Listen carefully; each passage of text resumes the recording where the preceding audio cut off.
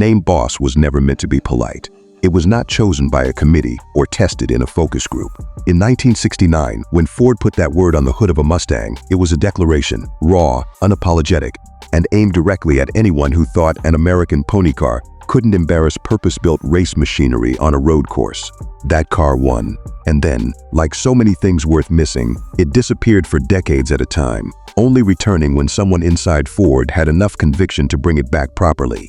The 2027 Mustang Boss 302 is that return. And here at Premium Automotive Reviews, where we dig past the press release language to find out what a car actually means, we can tell you without hesitation, this one means something. Before we get into everything this car is, there is one decision buried in this powertrain that no one expected Ford to make at this price point. A decision that connects this car directly to its 1969 ancestor in a way that goes far beyond badge placement and stripe graphics. We will get there. But first, stand here with me for a moment and just look at it. The color is carbonized gray metallic, and in this light it reads almost like brushed steel, cool, industrial, unadorned. The body panels are a study in controlled aggression. The hood is long and flat, bisected by a functional raised carbon fiber ram air scoop with the Boss 302 designation laser etched directly into the carbon surface. Not a decal, not a badge applied after the fact. The hood's flanking carbon stripes run the full length of the car, connecting the scoop to the Mustang tri-bar tail lamps at the rear with a visual line that pulls the eye from front to back in a single motion. Those tail lamps themselves are pure Mustang DNA. The three vertical red bars that have defined this car's rear identity for over 60 years, now rendered in high-definition LED with a precision that the original design engineers could not have imagined. Beneath them, a full carbon fiber diffuser fills the lower bumper completely, and four round exhaust outlets, arranged in twin pairs at each corner, sit within it with the confidence of something that has nothing to prove and knows it. The stance is the first thing you notice at ground level. This car sits low, genuinely track day low. The 20-inch forged wheels, dark finish with machined edges, and the running pony centered at each hub fill the arches completely. Staggered front to rear, to accommodate the rear-biased weight balance, this platform was engineered around. Behind the front wheels, blue-painted Brembo calipers grip large cross-drilled rotors with a grip diameter that signals serious braking intent. The side profile carries carbon aero elements pressed into the lower bodywork, not traditional side skirts, but integrated aero blades that emerge from the body as if they were sculpted into it from the beginning, which they were. Every aerodynamic element on this car was developed in tandem with the body design rather than added afterward. Open the driver's door and the first sensation is the door's weight, firm, solid, with the rigidity of a structure built to tolerate lateral load rather than just occupant entry. Drop into the seat and immediately the cabin closes around you. The bolstered sport seat grips at the hip and shoulder with a firmness that tells you this car was not designed primarily for grocery runs. The seat back carries a Boss 302 embossed graphic in the leather, understated, visible only in direct light, and the upholstery is all black, which in combination with the carbon fiber dashboard creates an atmosphere that is focused rather than luxurious. This cockpit does not ask you to relax, it asks you to pay attention. The steering wheel is thick-rimmed and carbon-accented, the running pony centered at its hub. In your hands at rest, it already communicates a directness, a weight and diameter calibrated for quick inputs rather than effortless highway cruising. Above the center stack, the dashboard carries a row of 4 analog gauges: oil pressure, oil temperature, fuel level, voltmeter, mounted in carbon housing at the top of the center binnacle, a direct homage to the original Boss 302's instrument layout. Below them, the infotainment display carries the Boss 302 identity on its startup screen. The center console between the seats carries the gear lever, a short-throw 6-speed manual with a polished aluminum ball shift knob sitting exactly where it belongs. No rotary dial selector, no drive mode paddle, a proper manual transmission gate, 6 forward gears, and a clutch pedal. That is the decision. That is the one nobody expected Ford to maintain at this level of the market in 2027. The 6-speed Tremec manual transmission was a choice that Ford's performance team reportedly debated seriously. The optional automatic, available on every other Mustang variant, would have made the Boss 302 faster in measurable terms.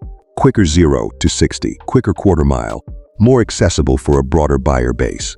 Ford chose not to offer it on this car. The Boss 302 is manual only, period. If you want the automatic, there are other Mustangs for that. This one was built for drivers who believe that the act of rowing through gears is not a compromise, it is the point. The powertrain itself is a naturally aspirated 5.2-liter flat-plane crank V8. The same fundamental architecture that underpinned the Shelby GT350 evolved significantly for this application and internally projected to produce approximately 526 horsepower and 429 pound-feet of torque. No turbochargers, no supercharger, no forced induction of any kind.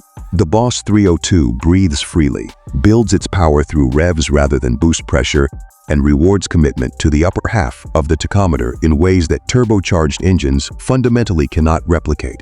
The redline is estimated at 8,250 UPM. That number alone explains why this car exists. Close your eyes and place yourself in the driver's seat at startup.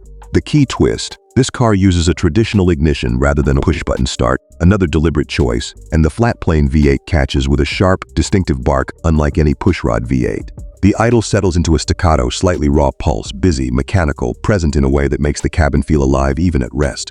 Rev it gently in neutral, and the sound sharpens immediately, climbing with an urgency and responsiveness that feels almost startling compared to the instant torque of a forced induction engine. There is no turbo spool, no boost threshold. The engine simply responds linearly and completely from idle to the top of its range. At half throttle on a city street, the exhaust note is a deep, even bark through the quad outlets, controlled and purposeful. On full throttle at 7,000 RPM with the windows down, it becomes something else entirely.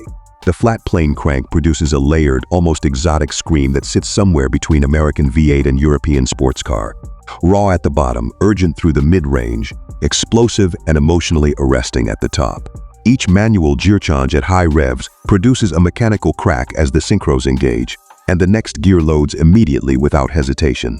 The sound drops sharply between gears and then climbs again with the same urgency.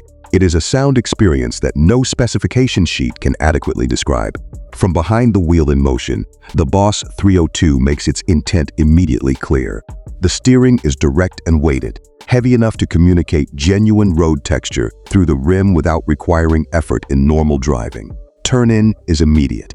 There is no hesitation between input and response, no buffer from an overly assisted system trying to protect you from the road.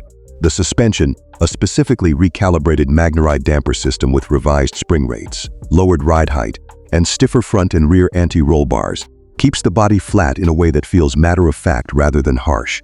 Road surface imperfections come through the structure clearly, informatively, as data rather than noise.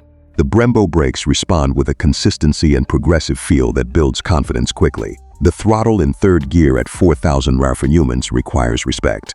Apply it fully and the rear tires load and push the car forward with a force that is linear and strong.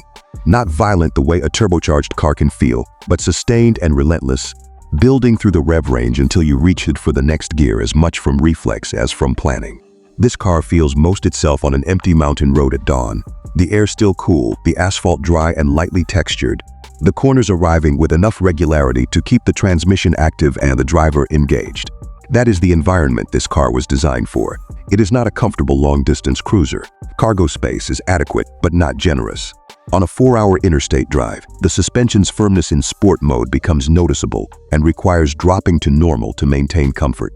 These are real limitations and they matter to real buyers, but they exist because the engineers made deliberate choices about what this car would prioritize, and highway serenity was not on that list.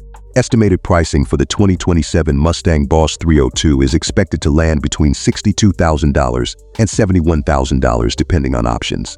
For that, you are not simply purchasing a performance car. You are purchasing a commitment.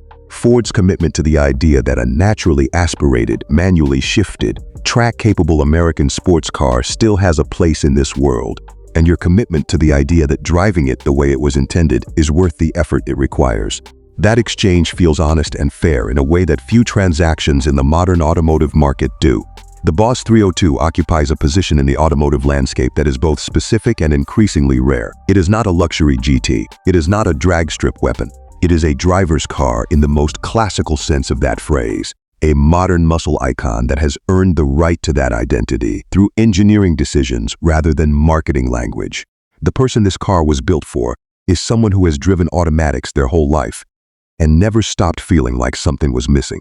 Someone who has lapped tracks in borrowed cars and spent the drive home thinking about what they would have done differently with 3 pedals instead of 2. Someone who measures a car not by its 0 to 60 time, but but by how alive it makes them feel at 6,500 Hermespin in a corner they've been working up to for the last 20 minutes. They do not need to be told why this car matters. They already know. Before we close, here is the conversation worth having in the comments this week. Ford committed to a manual-only transmission on the Boss 302. No automatic option at all. Is that the right call, a pure, uncompromising statement that protects the car's identity? Or does it unnecessarily limit the car's reach and leave performance on the table that buyers deserve access to? Both sides of that argument are worth making. Drop your position below, and if you want more conversations like this one, make sure you are subscribed, because the cars worth talking about keep coming. The 2027 Ford Mustang Boss 302 is not the fastest Mustang ever made. It is the one that reminds you why you fell in love with cars in the first place.